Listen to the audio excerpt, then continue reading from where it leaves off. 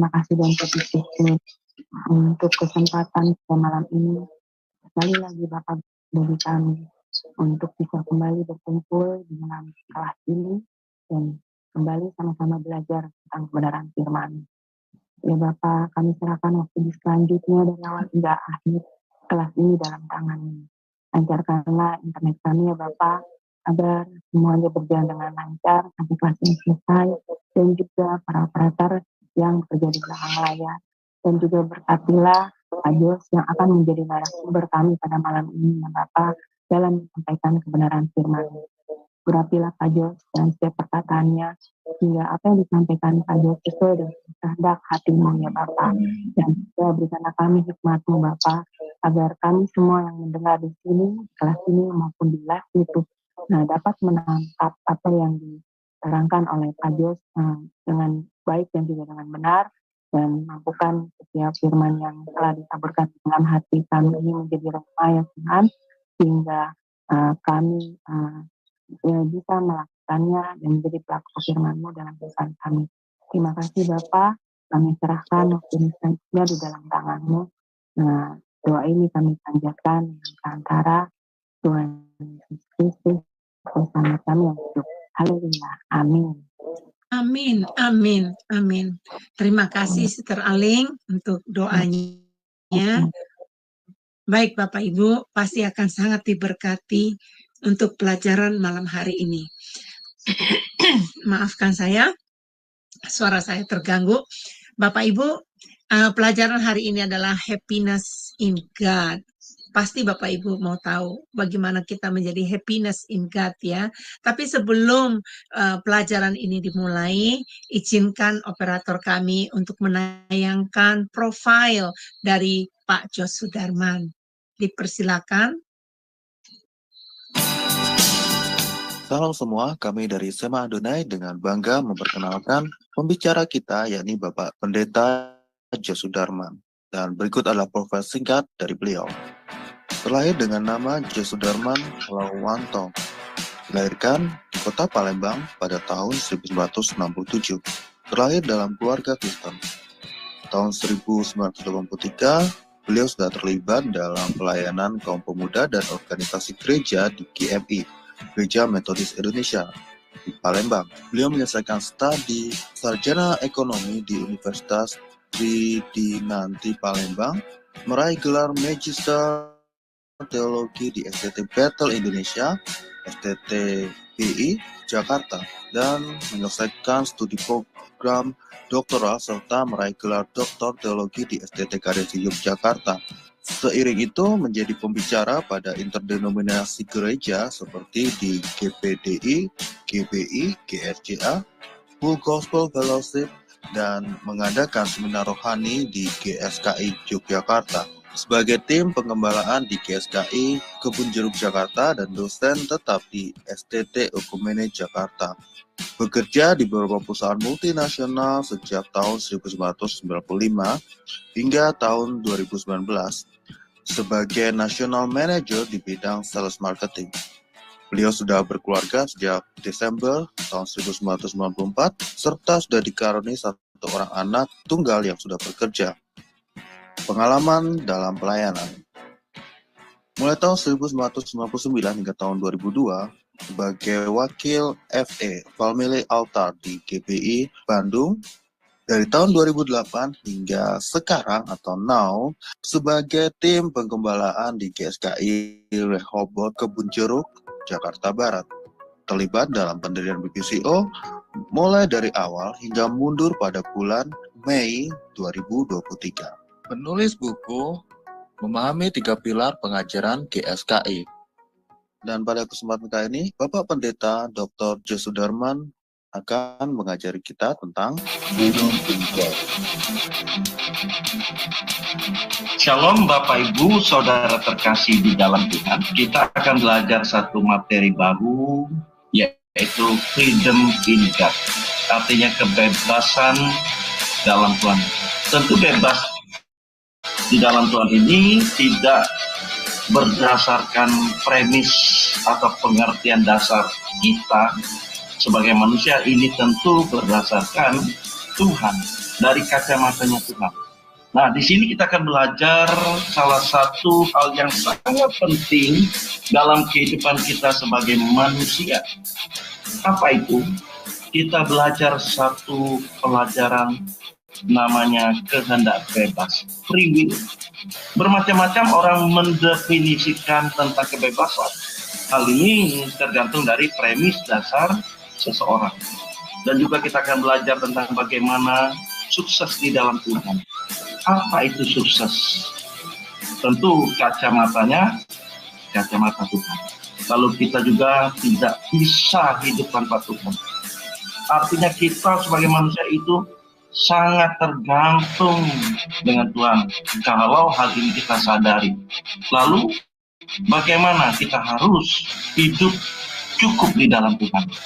Jadi poinnya, Bapak Ibu, materi freedom in God ini lebih banyak berbicara tentang karakter kita sebagai manusia yang benar-benar seperti Tuhan kehendaki, yaitu menjadi manusia Tuhan, man of God. Kiranya sekilas dari pelajaran ini dapat membuat kita antusias, memotivasi kita untuk lebih lagi mengenal kebenaran firman Tuhan. Tahu ya, telah ditempah oleh Tuhan, punya kerendahan hati, dia melayani tanpa pamrih ya, dia memberikan hidupnya melalui Sema Adonai supaya banyak sekali orang diberkati, karena melalui channel yang kami siarkan ini banyak juga orang yang di luar sana yang tidak duduk di sekolah STT dan mereka bisa menerima juga pengetahuan-pengetahuan yang diajarkan oleh Pak Jo Sudarman ini di STT ya. Baik Pak, dipersilakan untuk memaparkan pengajarannya kepada kami. Ya, terima kasih Bu Eni. Shalom Bapak Ibu Saudara terkasih dalam Tuhan. Kita belajar satu materi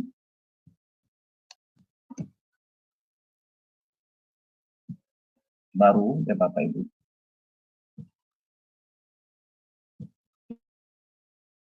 Ya, Bapak Ibu, sebelum saya berbicara ke materi baru tentang happiness in God, saya perlu ingatkan tentang pengajaran kita minggu lalu, yaitu gambar diri atau kita mau berjuang menjadi segambar dengan Allah.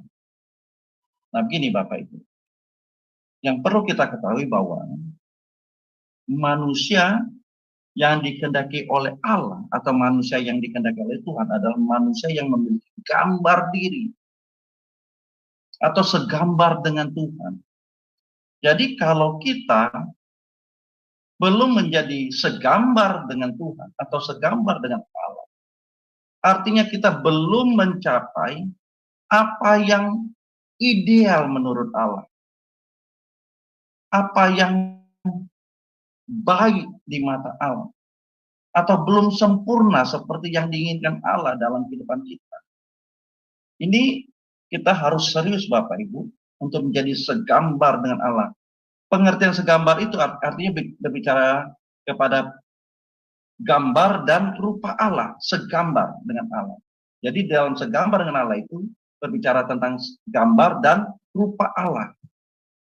Jadi kita berjuang untuk menjadi segambar dengan Allah. Dan inilah Bapak, lewat kebenaran-kebenaran yang disampaikan oleh setiap hamba Tuhan, atau kita membaca Alkitab, mendengar renungan-renungan firman Tuhan, itu harus membangun konsep gambar diri kita yang benar sesuai menurut Tuhan. Makanya pengajaran itu harus benar Bapak Ibu. Artinya apa yang disampaikan oleh hamba-hamba Tuhan itu harus alkitabiah. Harus teks dan sesuai teks dan konteks. Nah ini nanti Bapak Ibu bisa belajar nanti satu materi homiletik atau hermeneutik.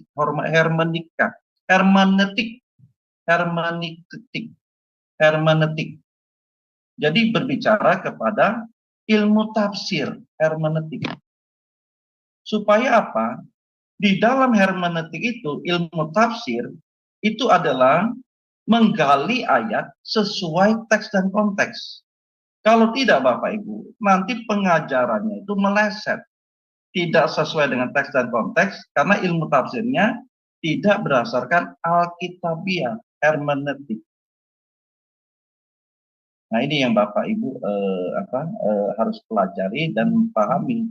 Dan saya percaya dosen-dosen di SEMA Adonai adalah dosen-dosen yang mumpuni sesuai kaidah-kaidah ilmu hermeneutik. Oke, Bapak Ibu saya tidak masuk sana.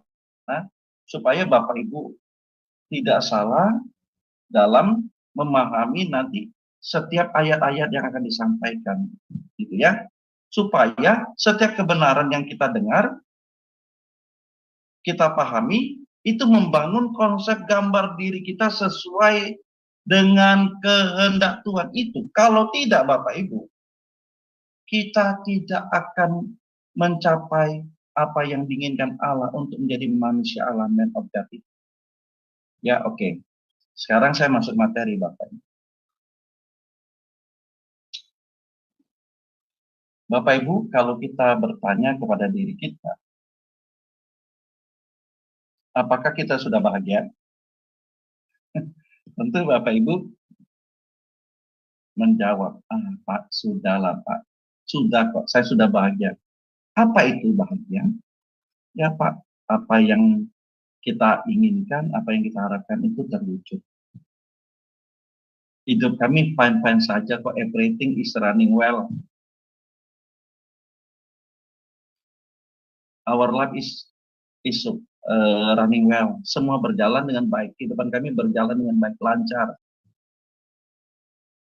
Bapak Ibu, apakah itu sesuai dengan yang diinginkan Allah?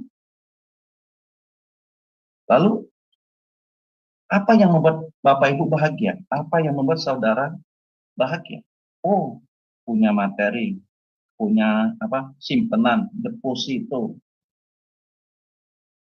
punya emas, punya properti, dan sebagainya. Apakah demikian seperti itu Bapak Ibu? Kita sudah merasa bahagia. Kalau ukuran kebahagiaan bersifat materi,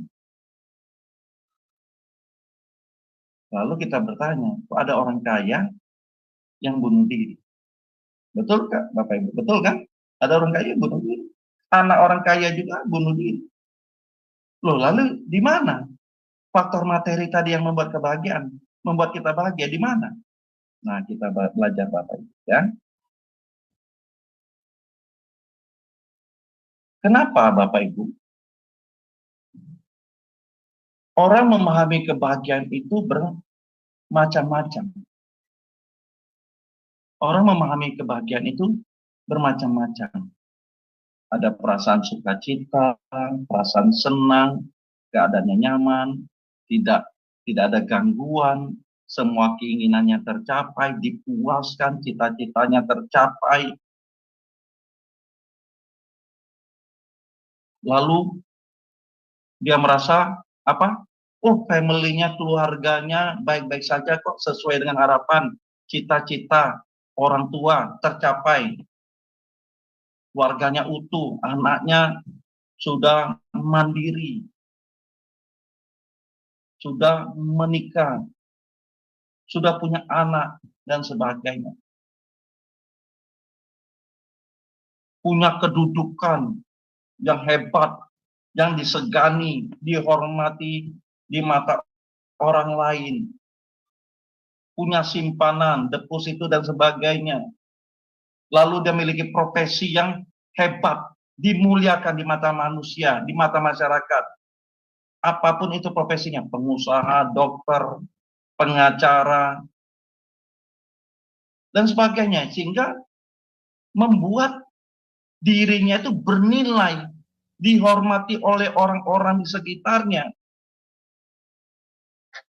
Lalu dia mencapai pendidikan akademisi yang baik. Bahkan mencapai satu sebutan yang Mungkin bagi orang lain, wah ini luar biasa, profesor, doktor, dan sebagainya. Apakah itu yang membuat kita bahagia? Juga tubuh yang sehat gitu ya, tubuh yang sehat tentunya. Apa yang membuat kita bahagia? Apakah yang tadi saya sebutkan itu menjadi kebahagiaan kita? Apakah hal-hal yang tergambar di sini itu membuat kita bahagia?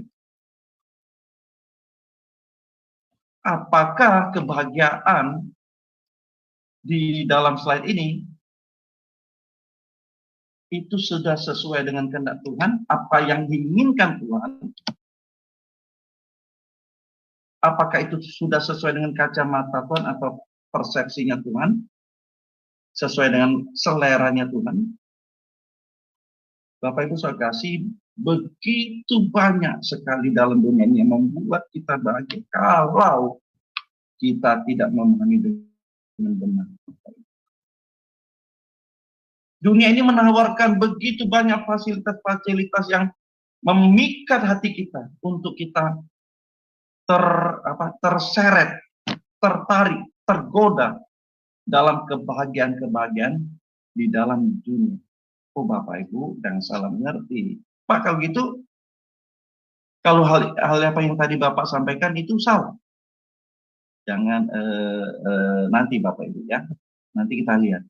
Tidak juga demikian Tuhan tidak seolah-olah Tuhan membatasi supaya kita tidak mau bahagia, mencegah kita tidak bahagia, tidak begitu Bapak Ibu. Tetapi yang harus kita pahami bahwa adalah kebahagiaan menurut Tuhan itu bagaimana? Menurut kacamata Tuhan itu bagaimana? Menurut persepsi Tuhan itu bagaimana? Sehingga kita tidak salah dalam menjalani kehidupan kita. Karena kita ingat kita ini orang Kristen, orang percaya. Orang Kristen itu artinya pengikut Kristus. Di mana ada kewajiban kita. Ada kewajiban kita untuk hidup sama seperti Kristus hidup. Coba kita baca, Bu Eni bisa baca di 1 Yohanes 2 ayat yang ke-6.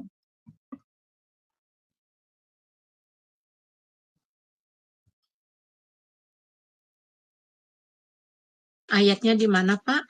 1 Yohanes 2. 1 Yohanes 2 ayat yang ke-6. 2 ayat yang ke-6. Demikian firman Tuhan. Barang siapa mengatakan bahwa ia ada di dalam Dia, ia wajib hidup sama seperti Kristus telah hidup. Ya, amin. Terima kasih, Bu. Barang siapa mengatakan, siapapun kita sebagai orang Kristen, yang mengatakan bahwa ia ada di dalam Dia, dia percaya kepada Tuhan, maka ia wajib hidup sama seperti Kristus telah hidup 2000 tahun yang lalu. Ia wajib loh. Wajib. Arti wajib itu Bapak Ibu. Itu tidak perlu diperintah, tidak perlu disuruh-suruh, otomatis keluar. Kalau kita mengaku percaya kepada Kristus, artinya kita hidup sama seperti Kristus hidup 2000 tahun yang lalu. Artinya segala gerak-geri hidup kita, segala aspek hidup kita harus mencontoh, meneladani Tuhan Yesus hidup. Amin Bapak Ibu. Jadi sekarang kalau kebahagiaan kita apa yang ada di slide ini, yaitu keluarga, materi, kedudukan, profesi, usaha, pekerjaan kita, pendidikan kita, maka itu akan menjadi fokus dalam hidup kita. Jadi kalau orang yang menjadikan materi, harta, uang itu menjadi sumber kebahagiaannya, maka uang itu, materi itu akan menjadikan ia, materi itu, harta itu, uang itu akan menjadikan dia sebagai tujuan hidupnya.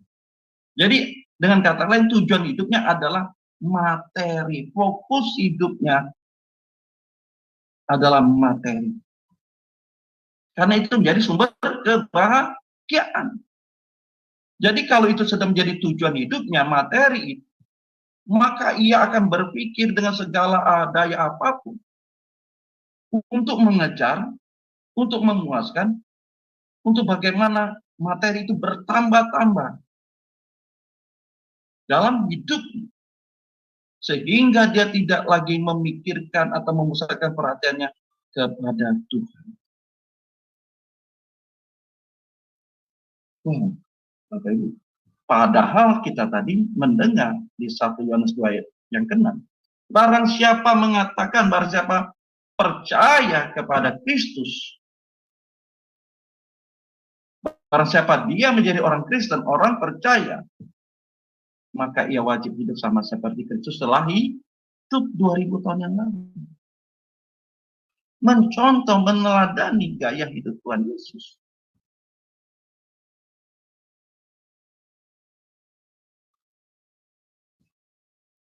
Oke, Bapak Ibu.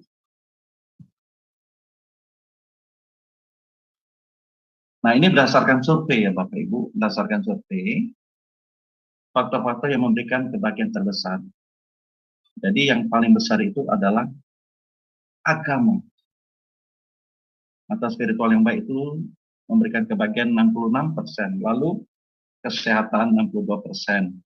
Anak memberikan kebahagiaan 57%, hubungan dengan suami istri 54%.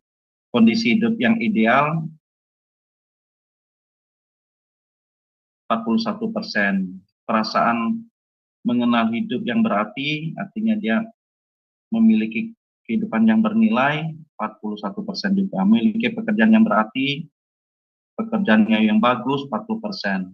Memiliki harta, uang lebih 36%. Keadaan keselamatan dan keamanan pribadi, artinya jaminan hidupnya yang aman, tenang, sejahtera 36%. Nah, Bapak Ibu, ini semua faktor-faktor yang memberikan kebahagiaan ini, itu semua berdasarkan dari filosofi hidup atau cara pandang seseorang mengenai hidup. Nah, ini Bapak Ibu, filosofi hidup atau cara pandang seseorang, dan kita tahu Bapak Ibu, filosofi hidup, cara pandang kita tentu dipengaruhi oleh orang tua kita, engkong kita, opa kita, dan sebagainya. Juga lingkungan juga mempengaruhi kita. Kita mau jadi seperti apa, tentu pasti ada dorongan dari orang tua atau keluarga kita. Dan ini Bapak Ibu, yang mempengaruhi apa? Cita-cita, motivasi kita, mempengaruhi visi kita. Dan tentunya ada kebahagiaan di sana. Oh, kamu harus punya harta yang banyak, keluarga yang bagus, keluarga yang sukses, anak-anak berhasil, bisnisnya, pendidikannya, pekerjaannya, keluarganya yang harmonis. Oh, bukan nggak boleh, Bapak. Bukan nggak boleh. Bukan hal itu ditentang. Tetapi yang masalahnya adalah jangan itu menjadi segala-galanya. Jangan itu menjadi fokus hidup orang percaya. Ini yang harus kita perhatikan sebagai orang percaya. Jangan ada kebahagiaan lain selain Tuhan. Nah, itu Bapak Ibu. Tidak boleh ada kebahagiaan lain yang dapat membahagiakan kita selain Tuhan Yesus saja. Tapi sampai sedemikian itu Bapak Ibu, sampai seradikal itu, tentu kita harus merubah paradigma kita, cara pandang kita, filosofi hidup kita yang sudah salah ini. Bukankah kita diajarkan oleh orang-orang, maaf Bapak Ibu, maaf ya Bapak Ibu, oleh orang-orang tua kita, diajarkan kita duniawi, betul nggak Bapak Ibu? Betul nggak Bapak Ibu? Duniawi. Apa? Kebahagiaan itu harus banyak harta, banyak uang, banyak materi, properti dan sebagainya, keluarga yang harmonis dan sebagainya. Betul nggak? Tapi itu Bapak Ibu bukan salah. Tetapi kalau menurut Tuhan, kita belum, karena itu masih membawa kita kepada hal-hal yang berbau duniawi. Spiritnya spirit duniawi. Seharusnya spirit kita adalah spirit rohani, yaitu Tuhan adalah segala-galanya dalam hidup kita. Dan percayalah Bapak Ibu, saat kita berjuang untuk menjadikan pusat kebahagiaan kita adalah Tuhan, maka Tuhan akan tahu menjadi kebutuhan kita. Kita tidak mungkin dipermalukan. Kita pasti memiliki profesi, pekerjaan, bisnis yang baik, keluarga yang manis. Amin Bapak Ibu. Untuk itu Bapak Ibu, untuk itu adalah bagaimana diri kita ini benar di mata Tuhan. Bagaimana pandangan hidup kita, filosofi hidup kita ini benar.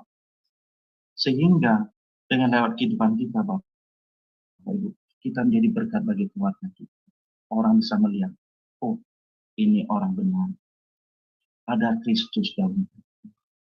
Jadi bukan lagi aku hidup, tapi Kristus yang hidup di dalam aku. Aku semakin kecil, Kristus semakin besar di dalam diriku. Nah Bapak Ibu, makanya ya ini dilewatin saja Bapak Ibu. Bapak Ibu pasti tahu lah ya teori Maslow ya. Pasti tahu lah teori Maslow ya Bapak Ibu. Saya nggak usah tapi saya membahas di sini Bapak Ibu. Ini yang harus kita pahami Bapak Ibu. Kenapa? Terus terang kita Bapak Ibu, kesalahan kita adalah kita tidak dapat membedakan antara price dan value. Oh tahu Pak, price itu harga. Oh iya betul, price itu harga. Tapi kita tahu nggak memaknainya. Price itu adalah berbicara tentang harga, yaitu suatu ukuran yang diberikan kepada sesuatu baik yang kelihatan maupun yang tidak kelihatan. Price itu menunjuk kepada harga, yaitu suatu ukuran yang diberikan kepada sesuatu yang baik yang kelihatan maupun yang tidak kelihatan. Yang kelihatan itu bisa saja properti, rumah, mobil, ya, emas dan sebagainya Bapak. Yang tidak kelihatan itu bisa saja kepada gelar-gelar kita Bapak Ibu. Kita memiliki gelar, kita memiliki status yang mau dihormati orang.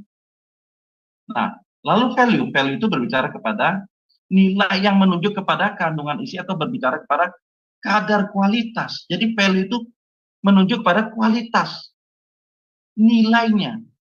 Ya Bapak Ibu, nilai kandungan isi atau kadar kualitas pada sesuatu tersebut. Jadi berdasarkan kepada kualitas, kadar kualitas. Nah Bapak Ibu, kalau kita salah memahami ini bisa membawa kita tidak kepada kehendak Tuhan. Karena kita bisa salah. Kita bisa terbolak-balik. Oke, kita lanjut Bapak Ibu. Nah, kesalahan yang terjadi adalah Bapak Ibu. Yang pertama adalah kita memberi price, harga, kepada sesuatu dengan value yang tinggi. Salah memberi harga kepada sesuatu yang padahal value-nya tinggi. Kita memberi sesuatu harga kepada sesuatu dengan value yang tinggi. Padahal kandungan isinya atau value-nya itu rendah. Jadi kita memberi harga kepada sesuatu dengan value tinggi, padahal value-nya itu rendah. Paham ya Bapak Ibu? Jadi kita memberi sesuatu harga dengan value yang tinggi, padahal value-nya itu rendah atau kualitasnya rendah. Nah lalu sebaliknya, kita memberi price, harga kepada sesuatu dengan value yang rendah, padahal value-nya itu tinggi. Ini terbolak-balik Bapak Ibu. Ya tentu ini semua. Kenapa sampai terjadi? Karena itu tadi. Di awal saya katakan ada pengaruh orang tua. Ngkong kita, opa kita, dan sebagainya. Lalu pergaulan dan dunia. Ya tentu Bapak Ibu, pergaulan juga kita akan membentuk kita, mempengaruhi kita, cara pandang kita. Dan dunia ini di mana kita berada. Dunia ini kan semakin jahat Bapak Ibu. Yang mana akan menggiring kita. Supaya apa? Semakin tenggelam dengan percintaan dunia. Cinta kepada dunia.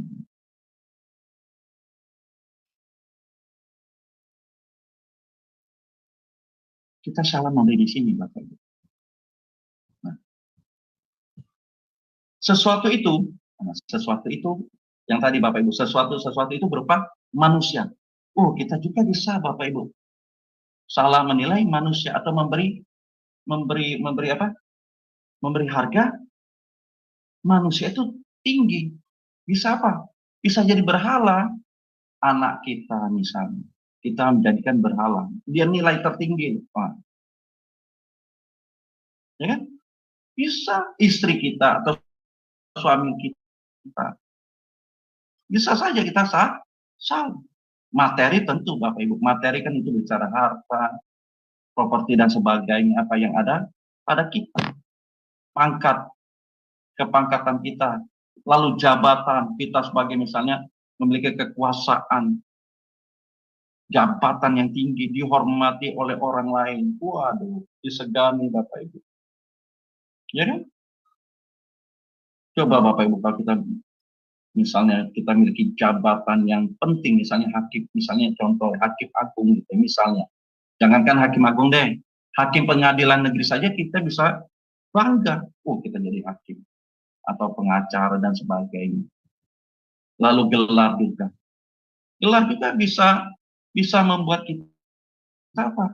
Salah, bisa membuat kita jatuh di situ kalau kita salah memaknai. Ya Bapak Ibu, paham ya sampai sini? Lalu price. Jadi price itu Bapak Ibu bersifat sangat relatif. Kenapa? Karena bergantung kepada pemahaman seseorang terhadap nilai sesuatu tersebut. Yaitu filosofinya. Kalau dia memberi harga materi itu tinggi, nah itu sudah pasti filosofinya bagaimana dia berjuang, berusaha untuk mencari, memfokuskan hidupnya kepada materi itu.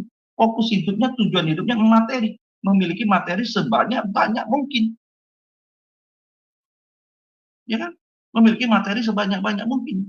Dia berjuang di situ, fokus hidupnya diarahkan ke situ. Nah, kalau sampai begitu Bapak Ibu, sumber kebahagiaannya, kita tahu bahwa sumber kebahagiaannya adalah materi. Bukan Tuhan lagi. Bukan Tuhan lagi.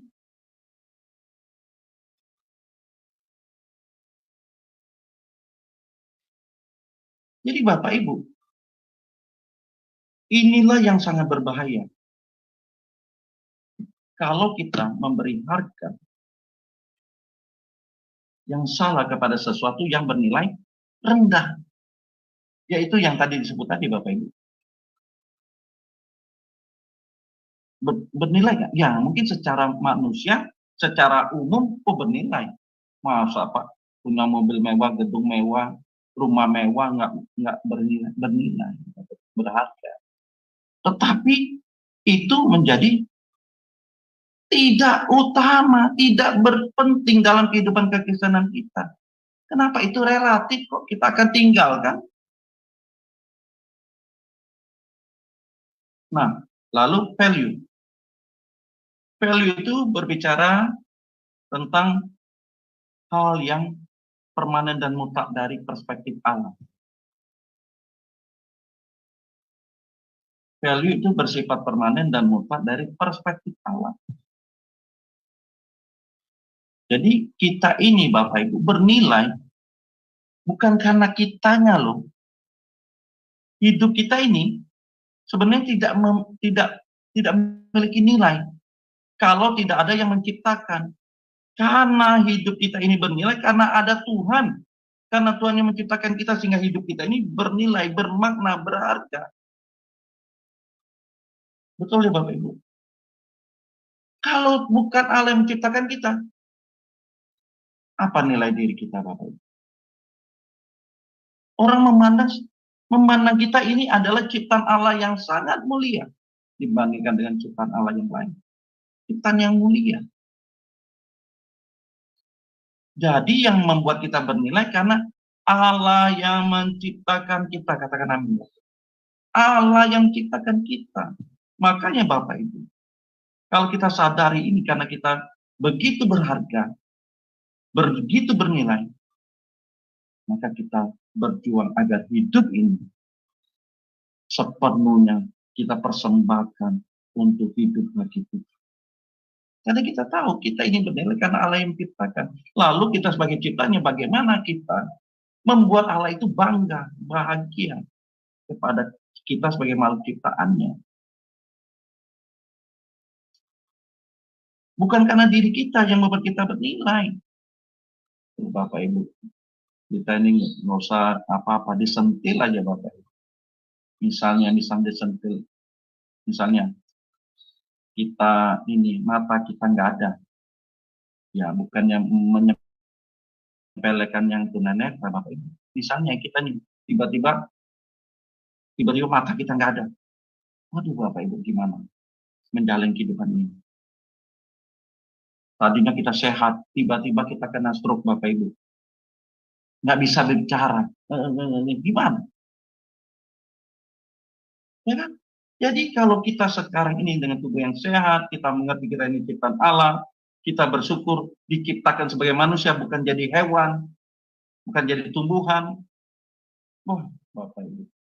Tapi memang ada konsekuensi. Ingat, waktu pelajaran pertama kehendak bebas, setiap keputusan yang kita ambil itu mengandung resiko, mengandung konsekuensi. Kalau kita salah menggunakan kehendak bebas kita ini yang berkaitan di sini juga Bapak Ibu. Ini berkaitan dengan kehendak bebas. Kalau kita dengan kehendak bebas kita memberi sesuatu, memberi harga kepada sesuatu yang nilainya rendah, lalu kita hargai itu, sudah pasti kita akan salah. Artinya kita mempergunakan kehendak bebas kita itu salah, bukan menurut kehendak Tuhan, tapi menurut kacamata kita, kehendak bebas kita, keinginan daging kita, keputusan kita sendiri. Bapak Ibu menangkap nggak ya sampai sini ya? Kira-kira menangkap nggak Bu Eni ya? Menangkap ya Bu? Oke, puji Tuhan. Saya lanjutin. Pak, mungkin bagi mereka yang belum biasa ngikutin itu mungkin buat mereka perlu agak perlahan juga kali Pak. Oke, saya kecepatan nih ngomongnya. Sedikit mungkin buat mereka. Karena ada beberapa juga yang baru-baru Kristen baru Pak, mereka baru-baru lahir. Ya, Jadi gini Bapak Ibu, kita jangan memberi harga kepada sesuatu yang sifatnya sementara. Memberi harga dengan nilai tinggi kepada sesuatu yang bersifat relatif. Bersifat sangat relatif. Bukan yang bersifat kekal atau bersifat rohani. Gampangnya di situ ya Bapak Ibu. Kadang kita terbalik nih. Kita memberi harga kepada sesuatu, misalnya tadi materi, manusia, anak, dan sebagainya, ya pangkat, jabatan, gelar. Padahal itu sifatnya relatif, bukan bernilai kekal. Karena itu akan kita tinggalkan, kita akan tanggalkan itu semua saat kita dipanggil oleh Tuhan. Nah, kita kadang salah di sini, Bapak Ibu. Memberi harga kepada sesuatu yang bernilai rendah. Paham ya Bapak Ibu sampai sini ya? Paham ya? Oke, kita lanjut ya. Nah, jadi Bapak Ibu, seharusnya kita memberi Tuhan sebagai nilai tertinggi dalam hidup kita. Ya, kita harus memberi nilai tertinggi itu dalam hidup kita adalah Tuhan. Tuhan adalah nilai tertinggi dalam hidup kita sebagai orang Kristen, itu saja. Tidak ada boleh menggantikan nilai tertinggi dalam kehidupan kita selain Tuhan. Tidak boleh ada. Apapun itu. Apapun itu. Termasuk anak, suami, istri, orang tua dan sebagainya. Tidak ada. Maka Tuhan katakan, kamu harus apa? Tidak boleh mengasihi siapapun. Tidak boleh mengasihi siapapun selain mengasihi Tuhan. Kenapa? Kalau kamu mengasihi Tuhan, percaya kamu akan mengasihi orang tua kamu. Amin. Kamu akan mengasihi anakmu, istri kamu, suami kamu. Kalau kamu mengasihi Tuhan. Tapi kalau kamu tidak mengasihi Tuhan, loh Bapak Ibu. Kalau kita tidak mengasihi Tuhan, pasti kita juga tidak mungkin mengasihi orang-orang di sekitar kita. Atau dengan kata lain, kita tidak mengasihi orang-orang di sekitar kita yang kelihatan, kita tidak mungkin mengasihi Tuhan. Kita tidak mengasihi orang-orang yang di kelihatan kita juga tidak mungkin mengasihi Tuhan yang tidak kelihatan. Nangkap ya Bapak Ibu. Kita tidak mungkin Bapak Ibu mengasihi Tuhan, sedangkan orang di sekitar kita saja kita tidak kasihi, tidak mengasihinya. Omong kosong itu. Yang kelihatan saja kamu tidak kasih, apa yang lagi yang tidak kelihatan. Nah, jadi Bapak Ibu, persoalan inti kehidupan kekristenan kita adalah saat kita melakukan kesalahan dalam memberi harga.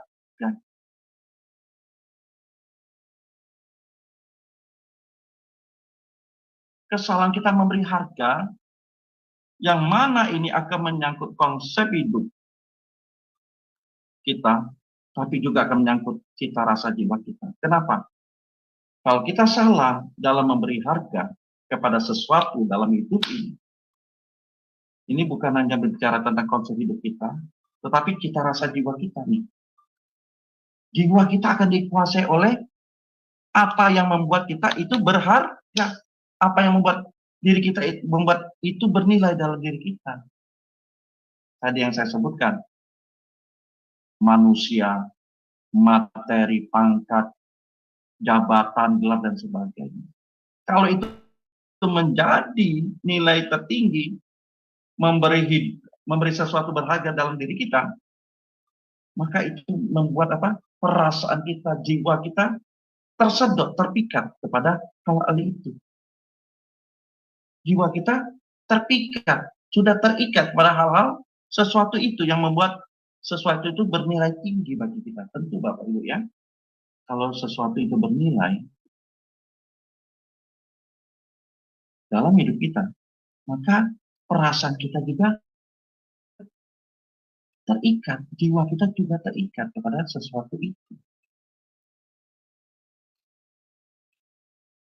Konsep hidup yang salah akan membangun cita rasa jiwa yang salah juga. Jadi kalau kita memaknai hidup ini, fokus hidup kita salah Bapak Ibu, maka jiwa kita juga salah, otomatis ya Bapak Ibu. Otomatis ya. Otomatis, betul nggak Bapak Ibu? Kalau konsep hidup salah, cara pandang kita salah, ya pasti jiwa kita juga, cita rasa jiwa kita juga salah. Coba kita baca 1 Yohanes 2 tadi. Ini ayat 15 sampai 17. Silakan Bu Eni.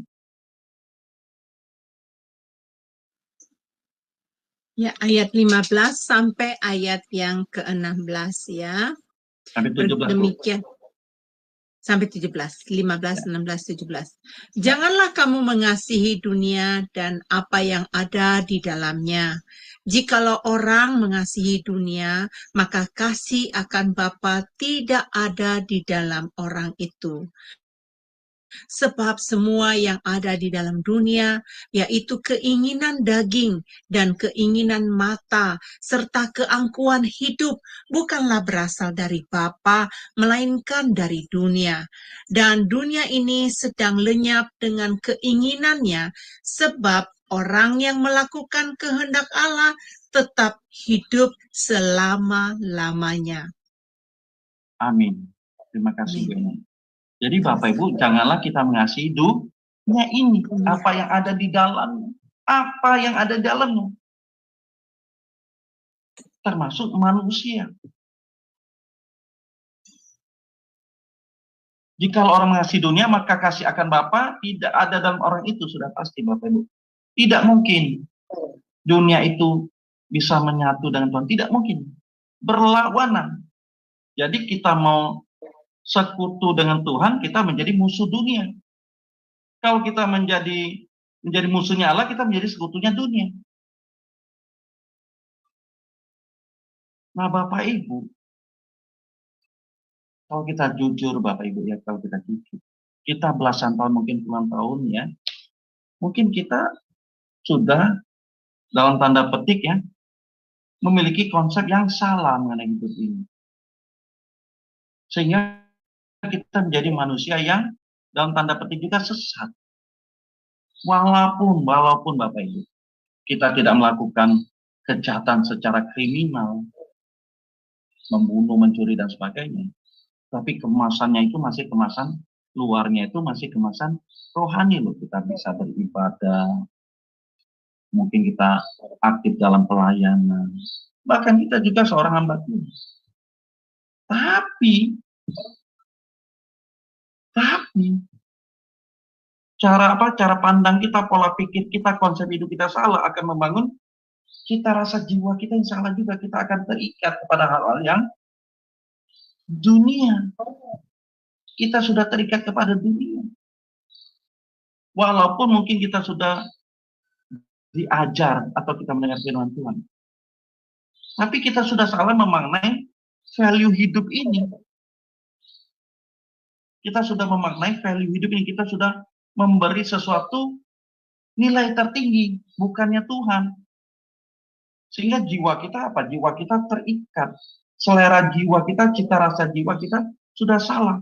Nah, ini sulit Bapak Ibu mengubahnya. Sulit. Kalau cita rasa jiwa kita atau selera jiwa kita sudah dunia, itu tadi.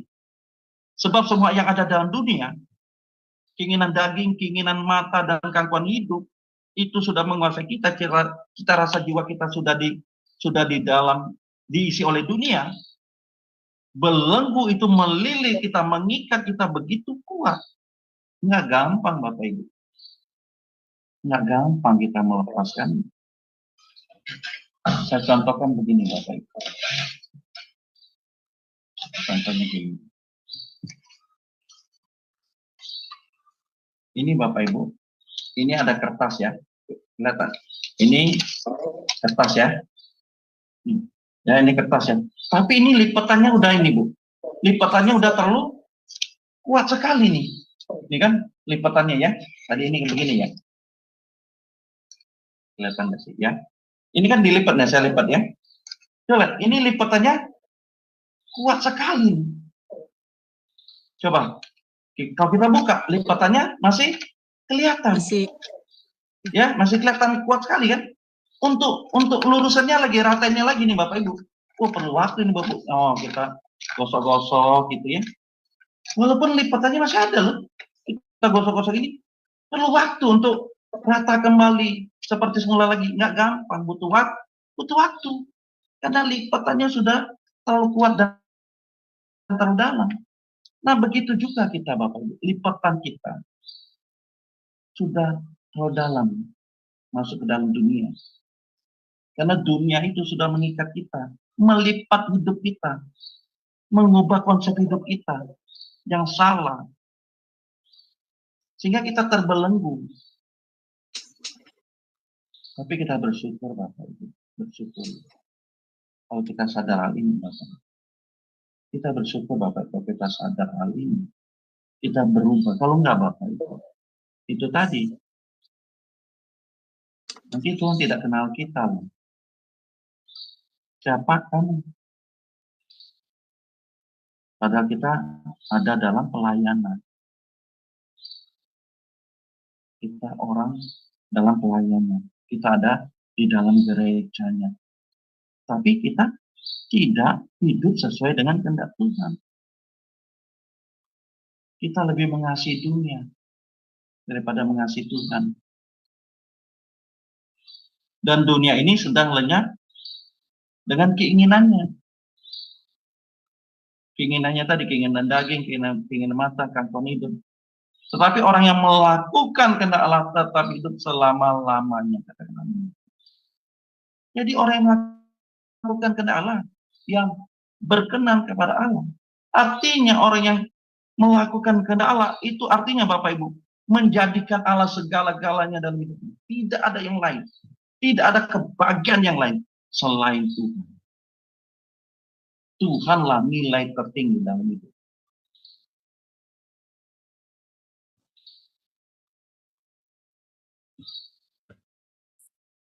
Jadi Bapak Ibu, prinsip kita sebagai orang percaya adalah nilai tertinggi kehidupan adalah Tuhan. Prinsip kehidupan kita adalah nilai tertinggi kehidupan adalah Tuhan. Coba kita baca Mazmur 73 ayat 25b. Silakan Bu ini. Saya cari dulu ya Pak ya. Silakan.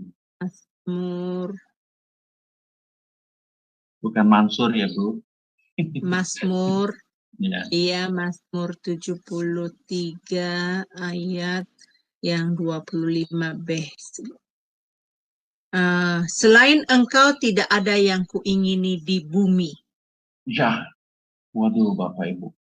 Bisa nggak kita berkata seperti pemazmur katakan? Ini Mazmur Bani Asaf mengatakan, selain Tuhan, tidak ada lagi yang kuingini di bumi. Selain Tuhan tidak ada lagi yang kuingini di bumi, di dunia ini. Artinya kita memberi nilai kita adalah Tuhan saja. Kalau kita baca lagi, ini kan syair lagu pujian ya Bapak Ibu, syair lagu pujian ini. Ya kan? Selain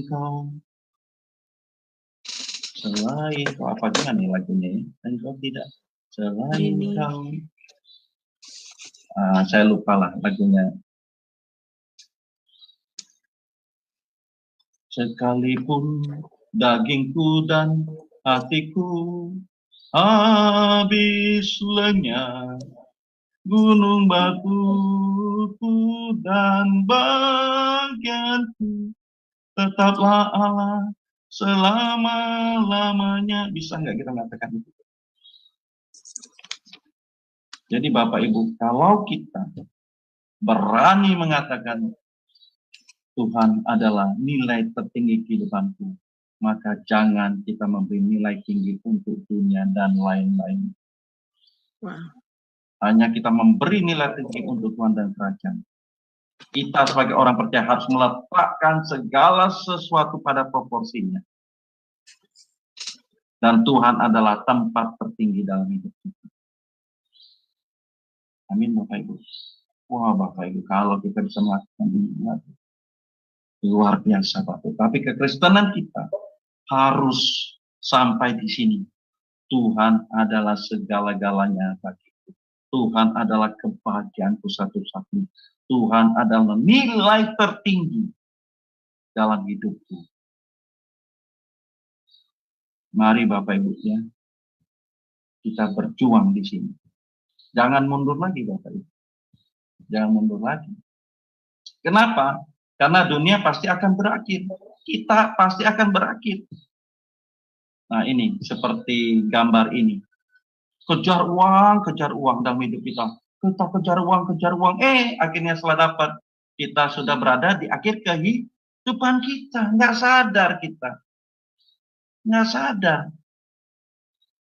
Seperti itu, coba kita buka. Di orang kaya ini perumpamaannya, Lukas 12. Bentar ya. Ya. Lukas 12. Iya, ayat. Lukas 12. Coba sebentar Ibu, saya lihat Lukas 12.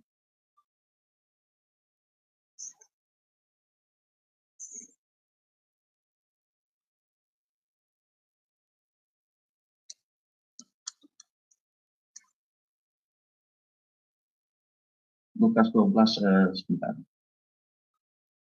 Ayat 13 mulainya. Bukan Bu, jangan. Sebentar. Ya, bukan Bu, ayat 20 Bu. Lukas 12 ayat 13, ayat 20. Baik, saya baca ya. Tetapi firman Allah kepadanya, hai engkau orang bodoh, pada malam ini juga jiwamu akan diambil daripadamu, dan apa yang telah kau sediakan untuk siapakah itu nanti? Ayat 21 Bu. Ayat 21, demikianlah jadinya dengan orang yang mengumpulkan harta bagi dirinya, jikalau ia tidak kaya di hadapan Allah. Iya. Bapak Ibu, ini kan berbicara tentang orang kaya yang bodoh. Ya kan?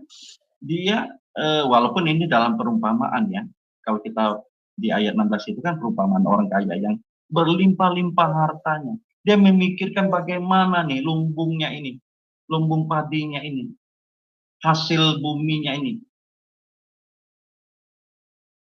Dari segala penghasilannya itu. Dia mau simpan di mana ini?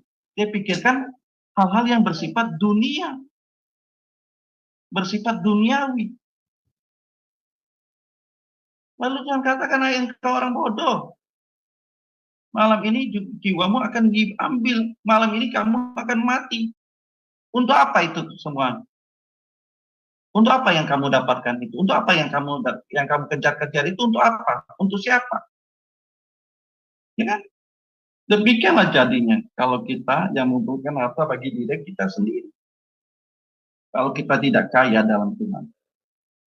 Kalau kita tidak memusatkan perhatian kita kepada Tuhan, fokus hidup kita kepada Tuhan. Kita fokusnya kepada materi itu. Jadi terikat kita, jiwa kita terikat kepada materi itu.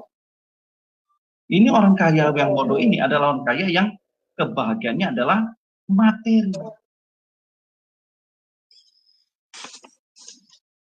Jadi, makanya di Lukas 12 ayat 34 katakan, Lukas 12:34 katakan, karena di mana hartamu berada, di situ juga hatimu berada. Sekarang kita di mana harta kita, Bapak? Di mana hati kita? Harta kita meletakkannya di porsi yang tertinggi atau porsi yang seperti bagaimana kita menjadikan dia sebagai alat. Nah, ini Bapak Ibu. Uang atau materi itu hamba yang baik, tapi Tuhan yang jahat. Jadi, jangan jadikan materi itu jadi tuan kita. Kita yang jadi tuannya, kita yang majikannya, dia jadi hamba.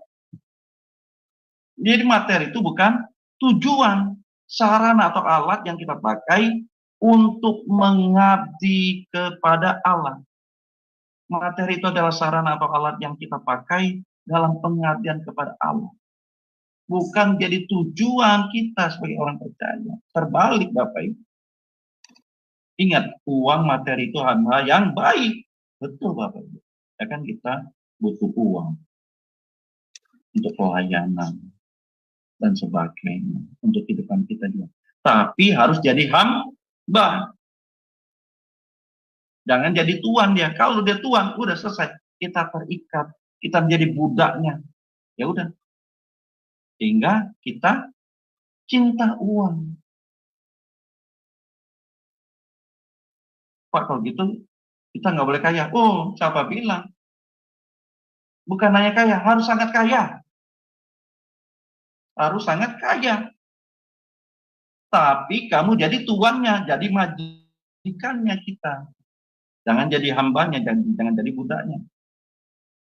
Ingat firman Tuhan katakan, cinta akan uang akan segala kejahatan.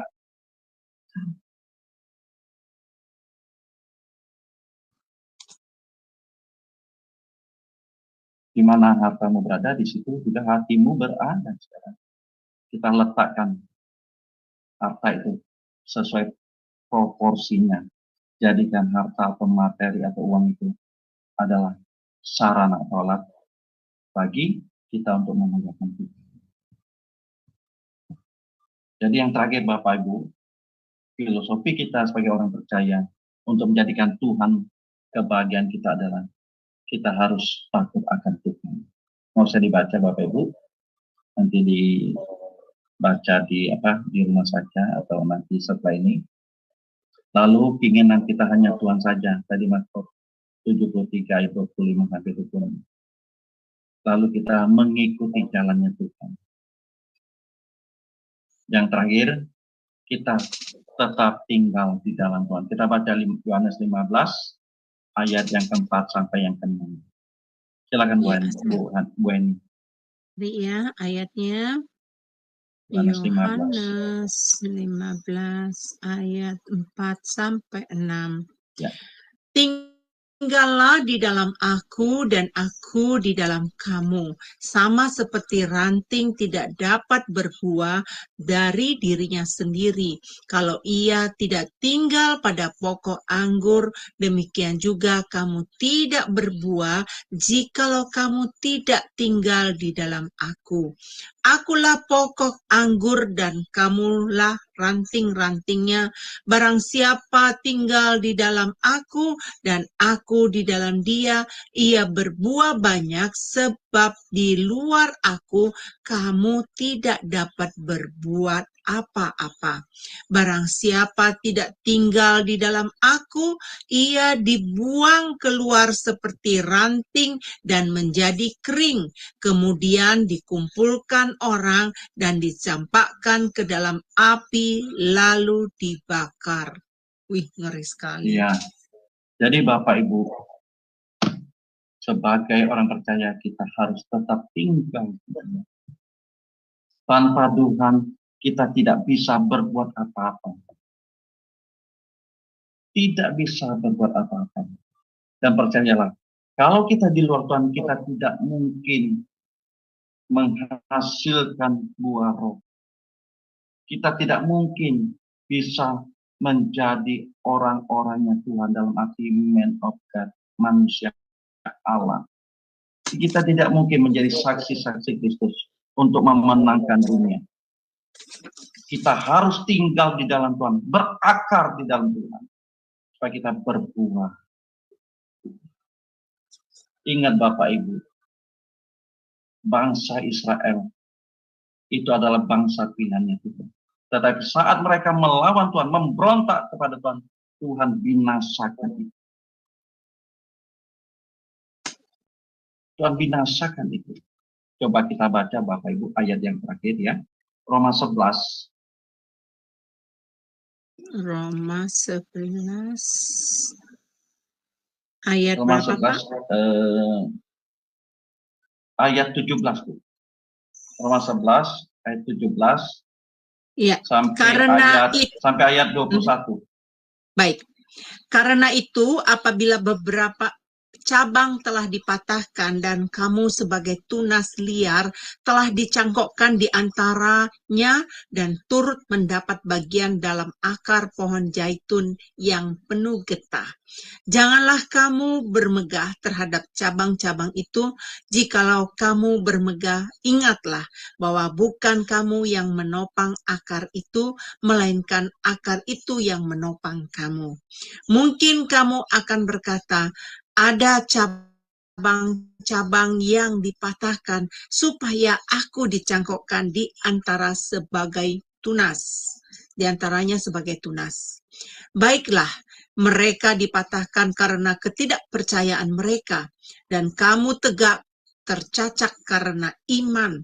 Janganlah kamu sombong, tetapi takutlah, sebab kalau Allah tidak menyayangkan cabang-cabang asli, ia juga tidak akan menyayangkan kamu. Ya, terima kasih Bu. Ingat Bapak Ibu, kita ini adalah tunas yang dicangkokkan loh. Tunas asli itu adalah bangsa Israel. Tuhan saja tadi berkata apa? Sebab kalau Allah tidak menyayangkan cabang-cabang asli atau tunas-tunas asli, loh siapa kita loh? Yang tunas asli atau cabang-cabang asli saja Tuhan tidak sayangkan. Karena mereka melawan Tuhan, memberontak kepada Tuhan. Tidak dengar-dengaran kepada Tuhan. Ia juga tidak akan menyayangkan kita nih. Kita ini adalah cabang-cabang liar. Kita ini adalah cabang-cabang liar. Tunas-tunas liar loh. Jadi ayat 22 saya baca. Sebab itu perhatikanlah kemurahan Allah dan juga kekerasannya. Yaitu kekerasan atas orang-orang yang telah jatuh. Tetapi atas kamu kemurahannya. Yaitu jika kamu tetap dalam kemurahannya. Tetap tinggal di dalam Tuhan. Jika tidak, kamu pun akan dipotong juga. Jadi Bapak Ibu ingat dalam hidup ini. Jangan mengasihi dunia. Jangan ada kebahagiaan apapun dalam hidup kita selain Tuhan. Happiness in God. Kebahagiaan kita hanya di dalam Tuhan saja. Amin. Tuhan Yesus memberkati. Wow, terima kasih banget Pak. Luar biasa pengajaran hari ini. Pasti semua kita sangat diberkati. Bapak Ibu akan dikasih kesempatan untuk diskusi, untuk bertanya kepada Pak Jos Sudarman. Izinkan saya untuk mempromosikan sesuatu terlebih dahulu ya Bapak Ibu. Pak, pengajaran tadi mengenai happiness in God, tidak ada pilihan lain. Kita harus ada di dalam satu wadah di mana kita senang mendengarkan pengajaran-pengajaran firman Tuhan ya. Baik Bapak Ibu yang terkasih, saat ini saya memberikan kesempatan kepada Bapak Ibu apabila ada yang ingin bertanya ya untuk pelajaran hari ini, tolong Bapak Ibu angkat tangan ikut bagian di dalam tanya. Apabila ada yang belum dimengerti atau ada tambahan, dipersilakan untuk berpartisipasi untuk ikut bagian. Pak Jos, saya sangat terkesima ya dengan pelajaran ini. Memang betul ya Pak ya. Yang membuat kita bahagia itu bukan karena kekayaan, bukan karena keluarga, bukan karena harta, bukan karena jabatan ya Pak ya. Jadi saya juga memiliki kesaksian yang bagaimana saya menggantikan kebahagiaan saya dengan kebahagiaan yang permanen, yang asli ya Pak ya. Kira-kira 15 tahun yang lalu, sepulang dari kerjaan, saya pergi ke Central Park. Central Park itu adalah park yang terbesar di kota New York, berada di kota New York ya, luas sekali.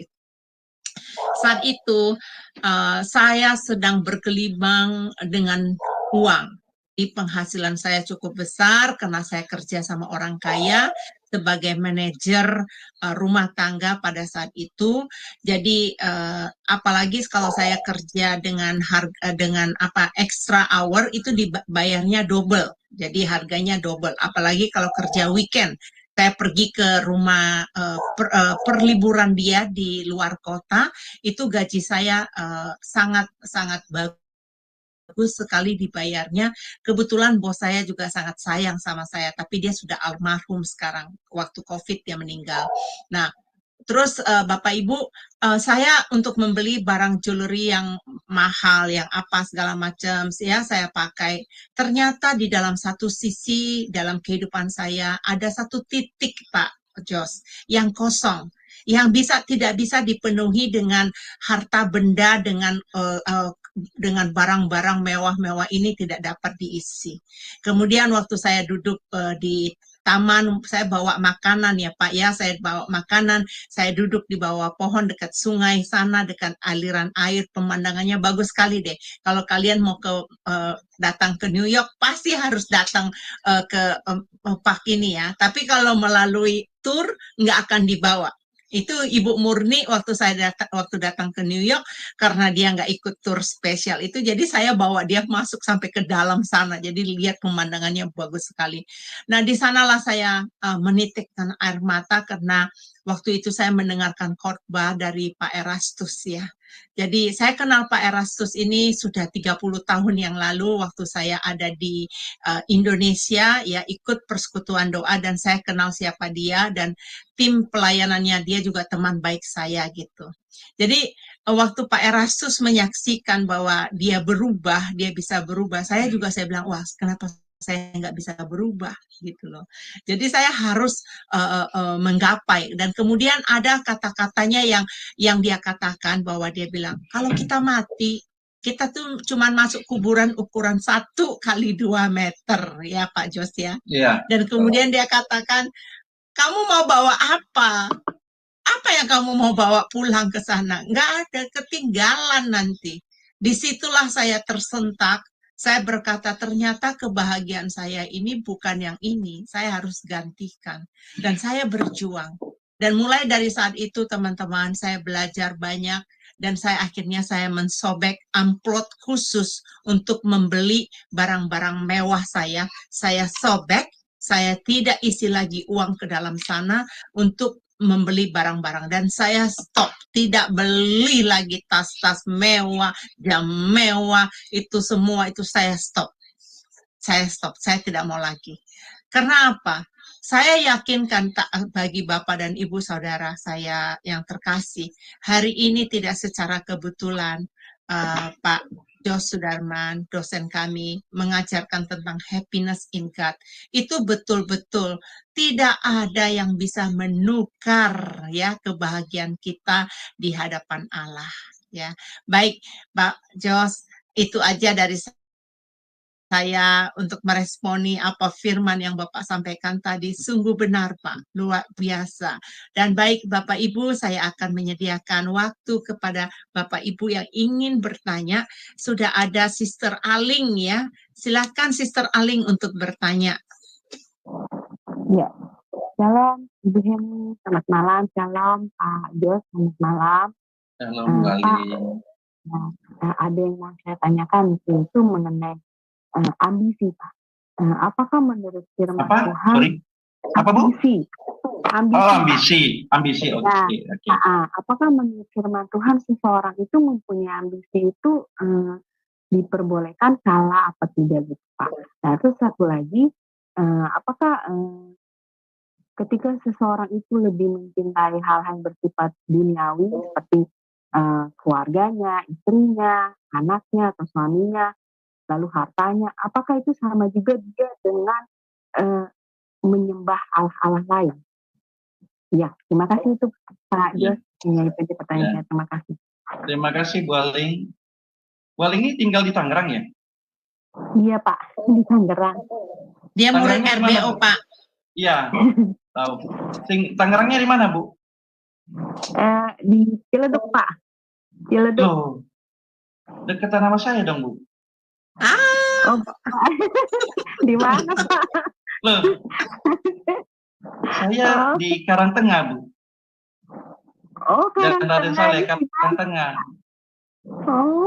Di Metro Permata. Deket banget Pak. Kalau udah deket banget, udah bisa ngopi-ngopi tuh, ngopi darat tuh. Ajak suami. Iya. Di mananya Ibu? Saya maksudnya masih Karangtengah juga gitu. Daerah Karangtengah. Berarti dekatan lah kita. Ya, tapi itu kan masih wilayah Ciledug ya Pak. Kalau Karangtengah itu kan. Ya, saya di Karangtengahnya juga. Iya. Ya, kita juga Ciledug makanya. Oke. Ya udah, nanti jawab-jawab aja. Maka saya lihat tadi Ibu Tangerang mana ini? Oke. Iya, Pak ya, makasih. Terima kasih Bu Aling. Ambisi ya Bu ya. Tentu kita nggak bisa pungkiri ya Bu. Kita namanya manusia ya, pasti punya ambisi ya. Karena kan ada kehendak, ada keinginan kan, ada cita rasa jiwa, selera jiwa kan, itu berbicara kepada ambisi ya. Pasti kita manusia pasti punya ambisi, nggak punya daya juang gitu ya ambisi. Nah,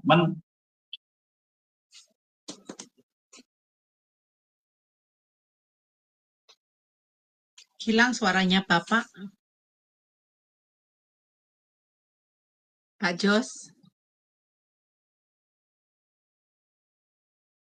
Apa saya ya? Tidak, Ibu Heni, emang suara Pak Jos yang hilang. Iya, Pak Jos ya. Kita bersabar ya.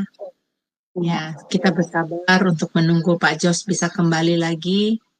Mungkin drop kali sinyalnya. Ayo nanti teman-teman ikutan ya, ngobrol ya.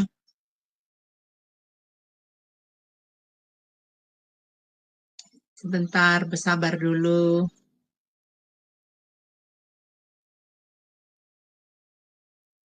Ya, kelihatannya dia keluar nih. Sebentar ya. Ya, Pak Jo sudah kembali lagi. Halo, terlempar ya tadi ya. Iya. Oke. Jadi saya terusin. Jadi bertalian dengan bagaimana kita mengasihi Tuhan. Ambisi kita hanya satu, memuaskan hati Tuhan, menyenangkan hati Tuhan, mencintai Tuhan dalam hidup kita. Jadi ambisinya ke sana, Bu. Bukan lagi untuk hasrat duniawi kita untuk memuaskan keinginan kita, tapi ambisi kita adalah bagaimana kita memuaskan hati Tuhan dalam hidup ini. Itu satu ya, Bu. Lalu yang kedua tadi adalah kalau kita mencintai keluarga, materi, ya, apakah itu menjadikan berhala? Sudah pasti. Jadi itu menjadikan berhala, ada ilah lain. Itu menjadi ilah lain di hadapan Tuhan. Ya sudah pasti Tuhan tidak berkenan. Jadi berbicara kepada berbicara kepada hal-hal yang sesuatu yang membuat itu sehingga Tuhan tidak menjadi segala-galanya dalam hidup kita, tidak menjadi utama dalam hidup kita, yaitu menjadi berhala. Itu sudah menjadi berhala dalam hidup kita. Jadi sudah pasti Bu. Pokoknya Tuhan number one aja.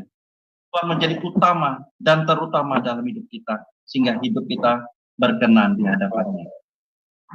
Iya Pak, jadi kesenangan kita pun juga termasuk menjadi berhala kalau kita tidak mengutamakan Tuhan, tapi kesenangan kita ya Pak. Iya.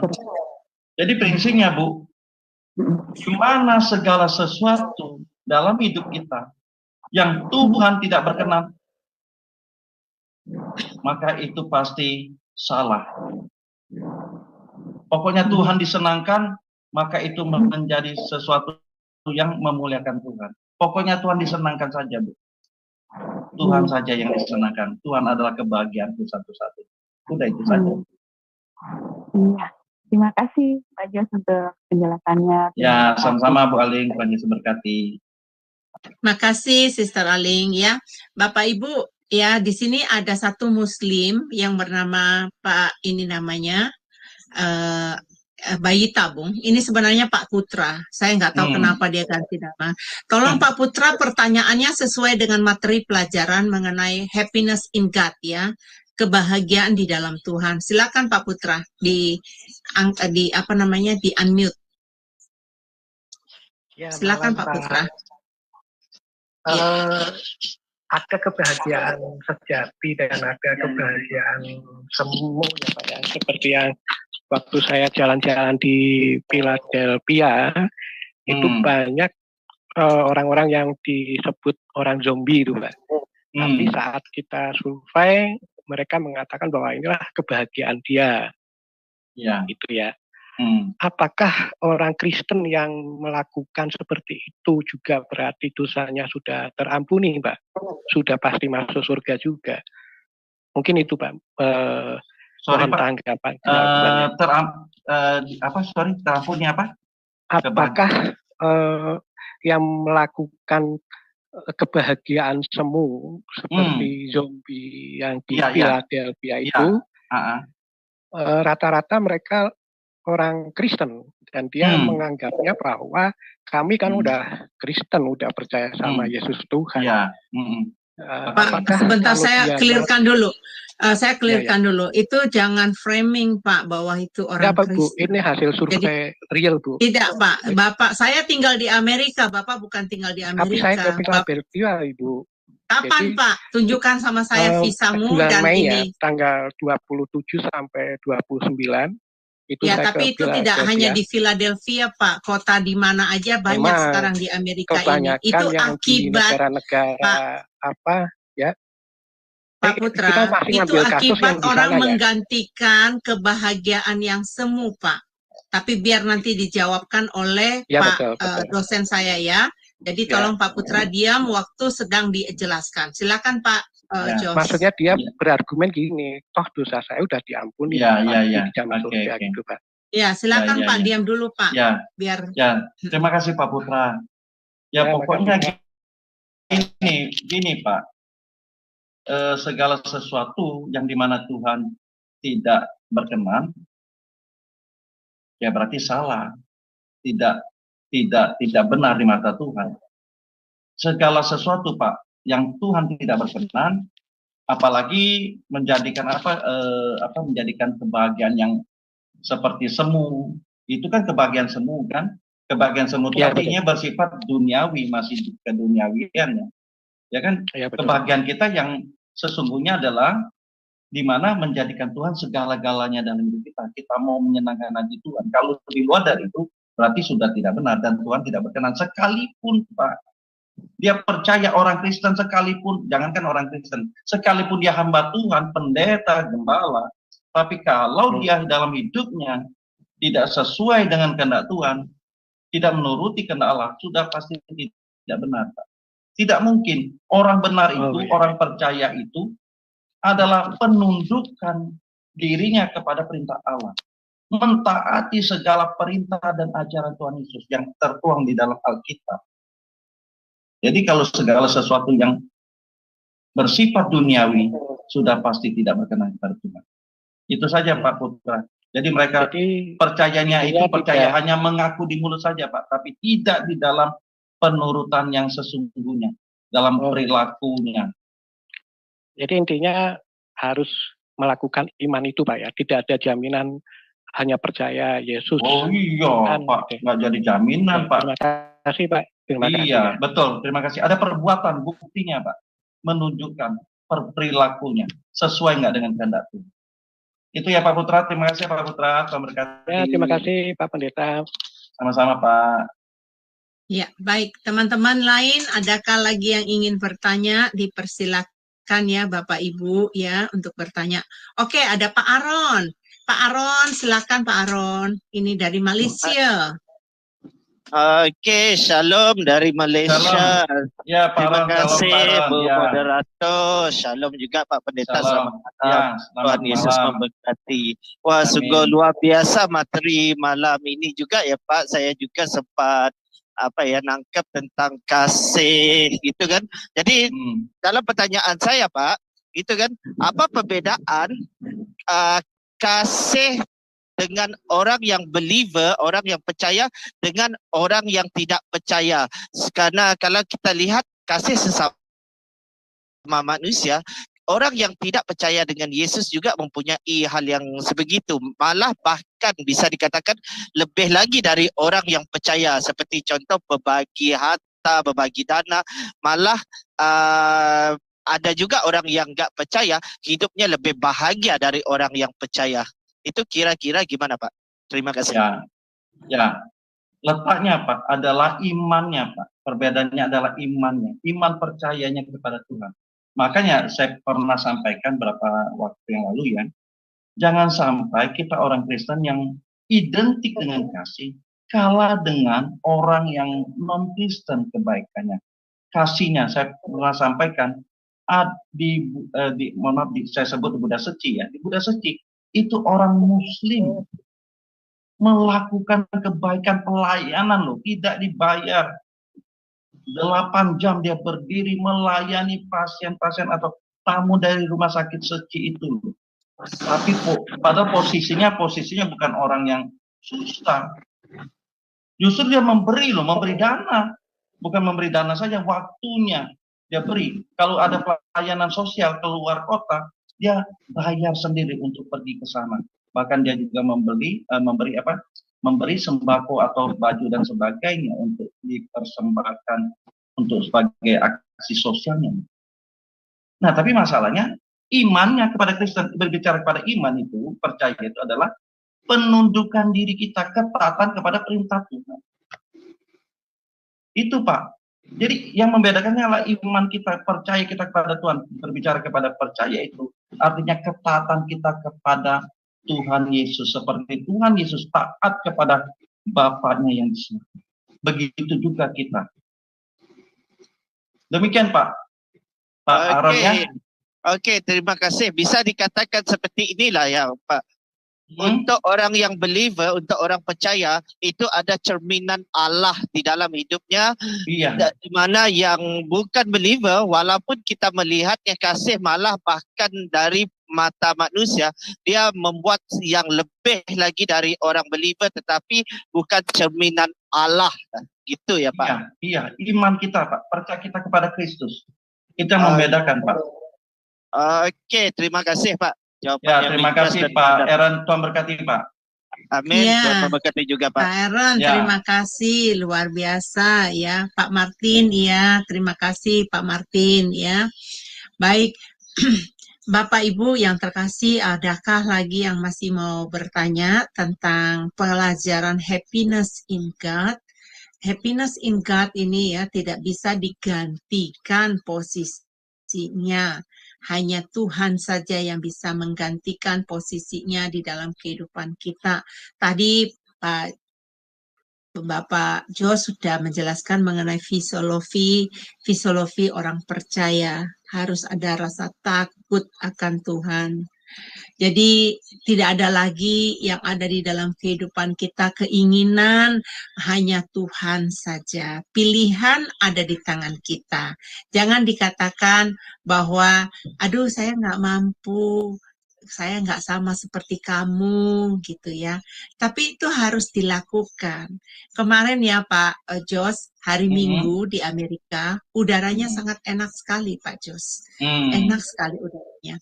Teman-teman pada ngumpul di PA karena ada bazar pertemuan. Teman yang mengajak saya, ayo Hen, kamu udah lama nggak nongol gitu ya. Tetapi saya ikut ada acara setiap pagi di Indonesia namanya VNP. Apa namanya Victoria Morning Prayer ya, dan di sana itu tidak boleh bolong. Kalau satu bolong namanya tidak masuk lagi, nanti diulang lagi dari awal gitu. Jadi karena bukan hanya mengulangin dari awal sih, tapi materi pelajaran-pelajarannya itu yang saya butuhkan. Jadi pilihan ada. Jadi keinginan saya itu harus ada saya tempatkan. Saya mau gantikan dengan kenikmatan dunia semu, atau saya hanya mau saya mau tetap.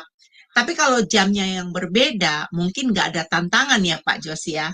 Nggak ada tantangan, oh ya. Tapi kalau ada tantangan pas waktu jamnya kita ada pembelajaran, ya kita nggak mau menggantikan. Jadi dulu saya juga kalau ada pertemuan-pertemuan dengan apa, itu saya batasi. Nah, benar Pak Jos, saya pernah mengalami begini Pak Jos. Saya dulu, kan saya ini hobi masak.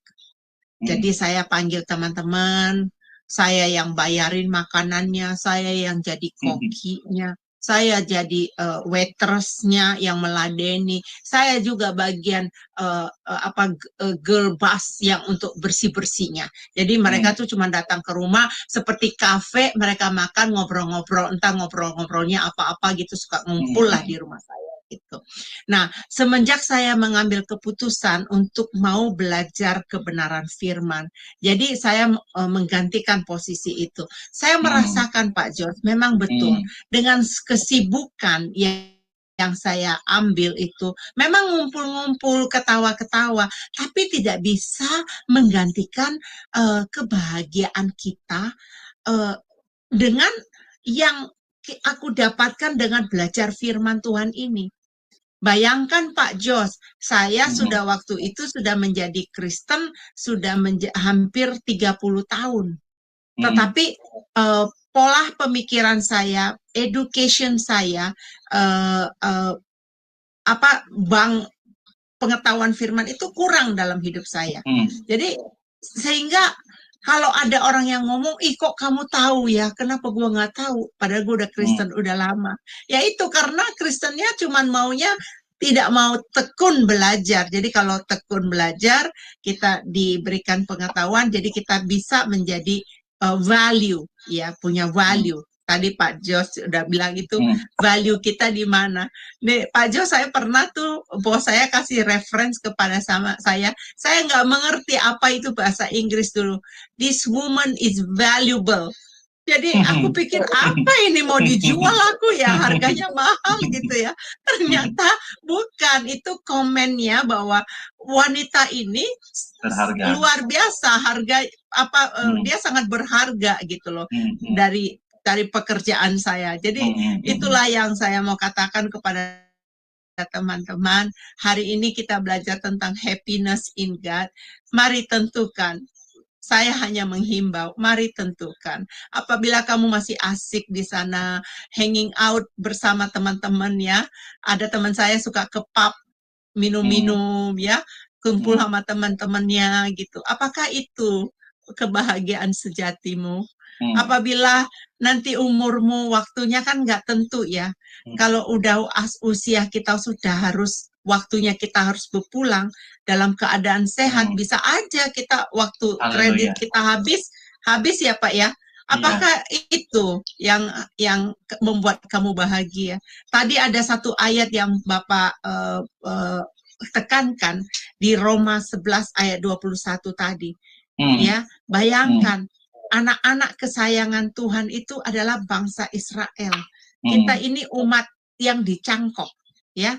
Kalau kita tidak melakukan, sedangkan anak-anak aslinya aja kalau tidak melakukan, di-cut, dipotong, diiniin. Apalagi kita. Makanya teman-teman, mari kita terus hidup ya. Ini Pak Jos, ini ada satu teman saudara kita Ibu Lina yang mau bertanya, silakan. Saya tadi hanya mengisi sedikit ya, menunggu saudara untuk mau bertanya. Silakan, Sis Lina. Ya, silakan. Shalom Pak Jos, selamat Halo malam. Ibu Lina, selamat malam. Ya, shalom Ibu Heni. Halo. Pak, saya mau tanya yang tentang ini ya. Tadi kan kalau nggak salah materinya ada yang Tuhan adalah tempat tertinggi Ya, yang lain. nilai tertinggi.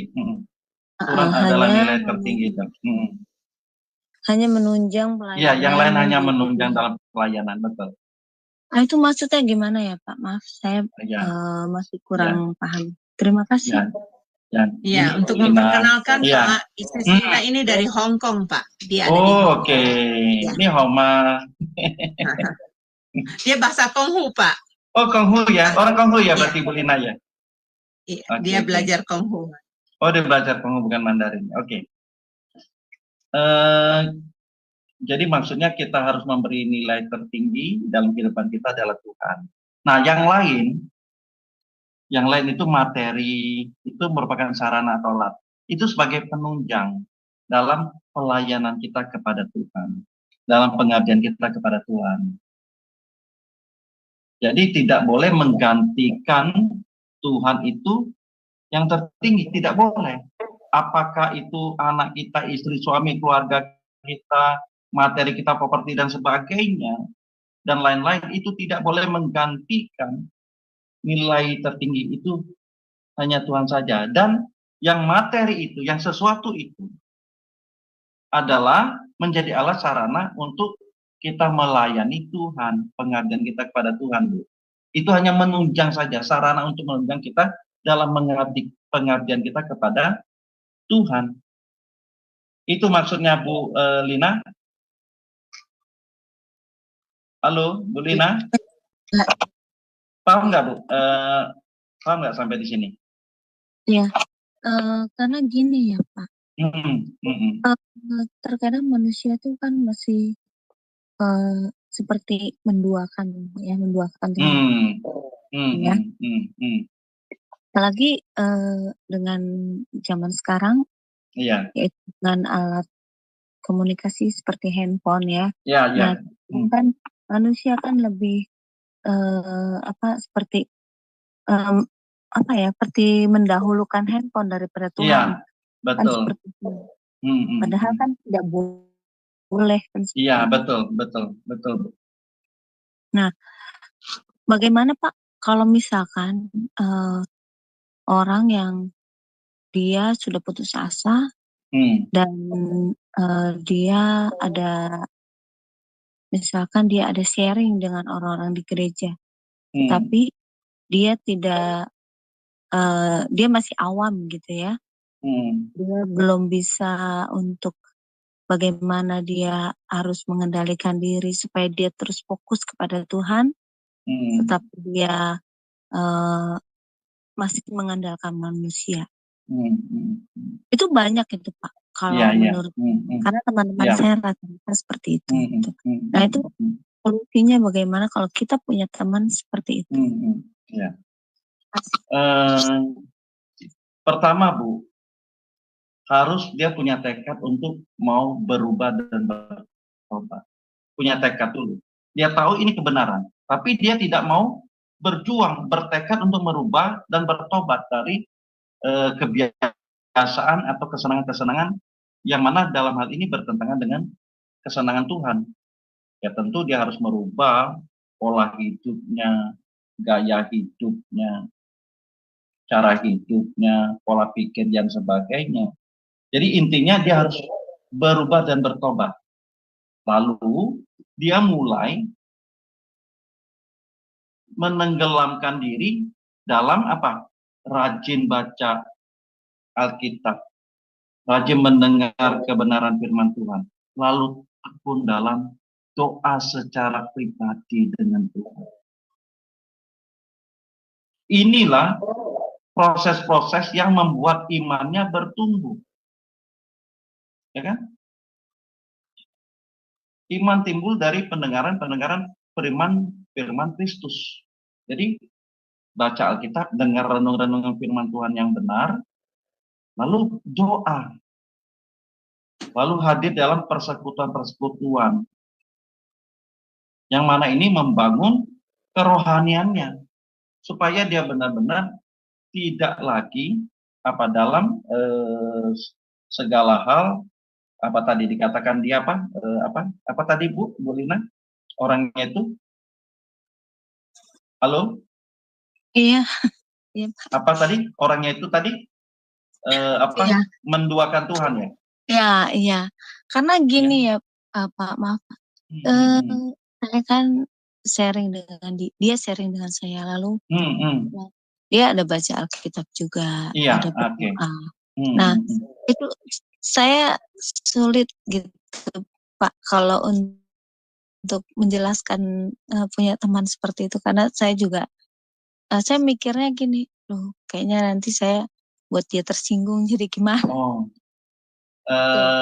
Ini masuk dalam nanti konseling pastoral gitu ya, masuk di dalam konseling pastoral. Karena dia menafsirkan Alkitab sendiri Pak. Iya. Itu. Jadi nggak boleh dia menafsirkan Alkitab berdasarkan pemikirannya dia. Nggak boleh menafsirkan Alkitab berdasarkan pemikiran dia, nanti terjadi salah penafsiran di luar teks dan konteksnya. Jadi Bu memang harus ini konseling pastoral yang benar-benar supaya membuka mata rohaninya dia. Betul, kita masuk mendalami nanti alam pikirannya, setelah itu kita harus bawa sesuai dengan Alkitab yang benar gitu. Kalau tidak ya dia nanti akan bermain-main dalam ranah pikirannya sendiri, yang mana ini belum tentu sesuai dengan kebenaran firman Tuhan. Perlu ini memang konselingnya itu perlu dilakukan konselingnya secara kontinu gitu ya. Tapi kita juga harus tegas Bu. Kalau kamu bermain-main di sini dan tidak sungguh-sungguh bertobat, ya Tuhan tidak akan kenal. Tuhan akan campakkan kita loh. Jadi jangan main dalam hidup ini, karena kita punya keterbatasan durasi hidup kita yang kita tidak tahu kapan kita akan dipanggilnya, karena hidup kita bagaikan uap, Yakobus katakan, yang kelihatan sebentar lalu lenyap. Jadi jangan bermain-main dengan hidup ini yang mana kita tidak tahu. Contohnya saja, saya punya teman Bapak Ibu ya, baru semalam komunikasi, lalu dia katakan ini kepada teman saya, dia katakan jantungnya nggak enak. Pagi-pagi jatuh di kamar mandi, lewat, meninggal. Malam komunikasi via WA. Paginya jatuh, karena ini memang jantung dia. Jantung lagi dia gosok-gosok baju, lagi cuci baju, jatuh, selesai. Meninggal di kamar mandi. Nah, artinya apa? Itu benar-benar, jadi kita, ya kalau dia bersungguh-sungguh, ya berubah dan bertobat, jangan main. Jangan artinya, oh ini terjadi apa?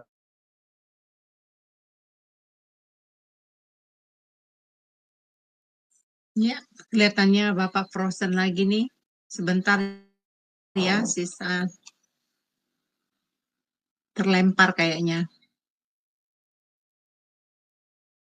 sinyalnya. Mudah-mudahan cepat balik ya. Gimana sih sana?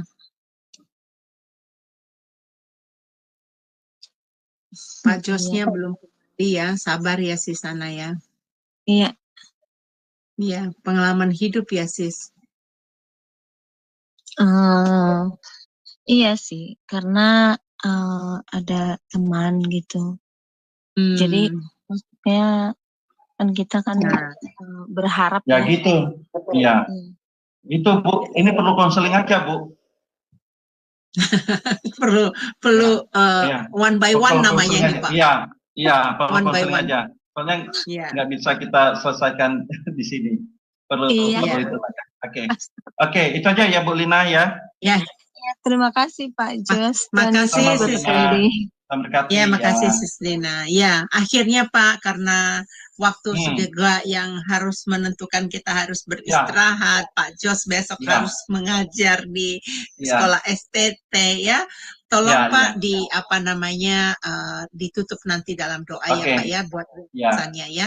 Jadi saya juga memberitahukan kepada saudara-saudara sekalian ya, pelajaran Freedom in God ini belum selesai teman-teman.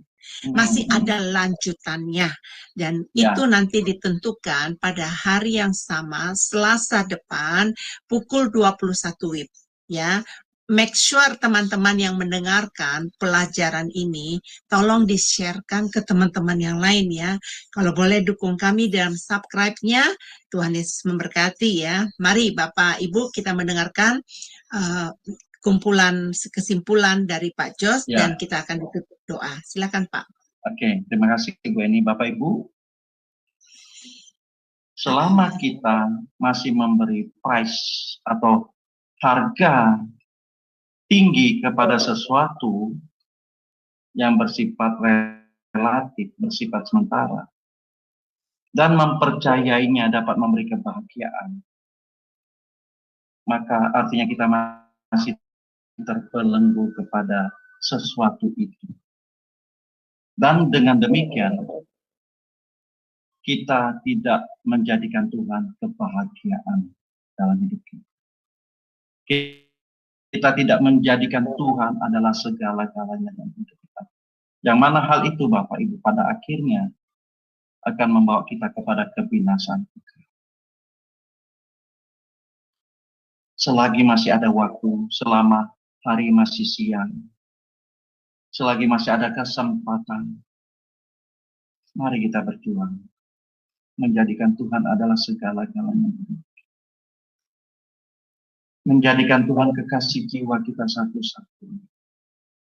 Percayalah Bapak Ibu, saat kita menjadikan Tuhan Yesus kekasih jiwa kita, menjadikan Tuhan kebahagiaan kita satu-satunya, menjadikan Tuhan nilai tertinggi dalam kehidupan kita. Percayalah Tuhan juga akan membuat kita dimuliakan bersama dengan Dia, menjadi orang yang berkenan kepada Tuhan dan menyenangkan hati Bapa di surga.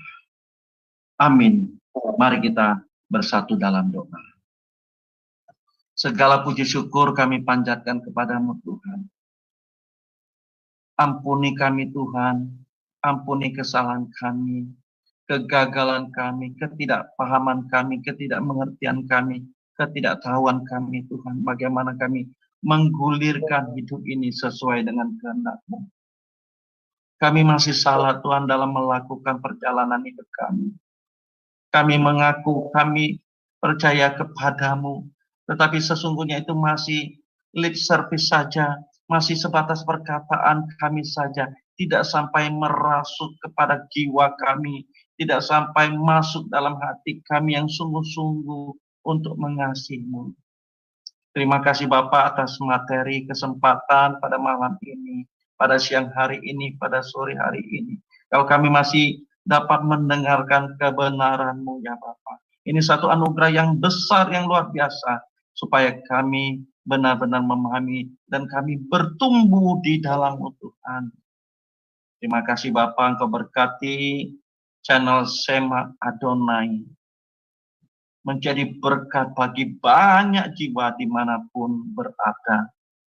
Biarlah setiap pengurus yang ada di dalam Sema Adonai ini menjadi berkat. Engkau pakai menjadi sarana, menjadi alat untuk memperlebar kerajaan-Mu, menyampaikan isi hati-Mu, kebenaran-Mu tersampaikan, sehingga banyak jiwa-jiwa dimenangkan bagi kerajaan surga.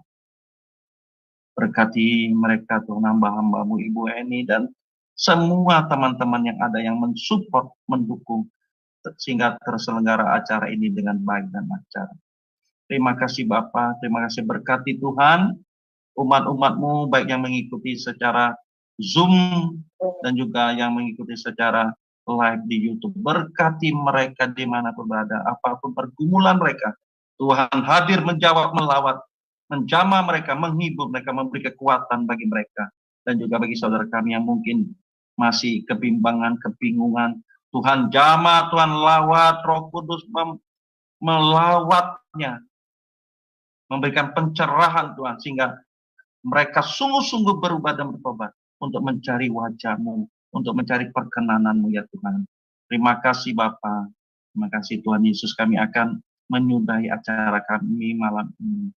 Berkati kami dalam istirahat kami yang berada di Indonesia, dan juga teman-teman yang lanjutkan aktivitas mereka. Tuhan menyertai. Terima kasih Tuhan. Sebelum kami berpisah, kami mau menerima berkat yang daripada-Mu.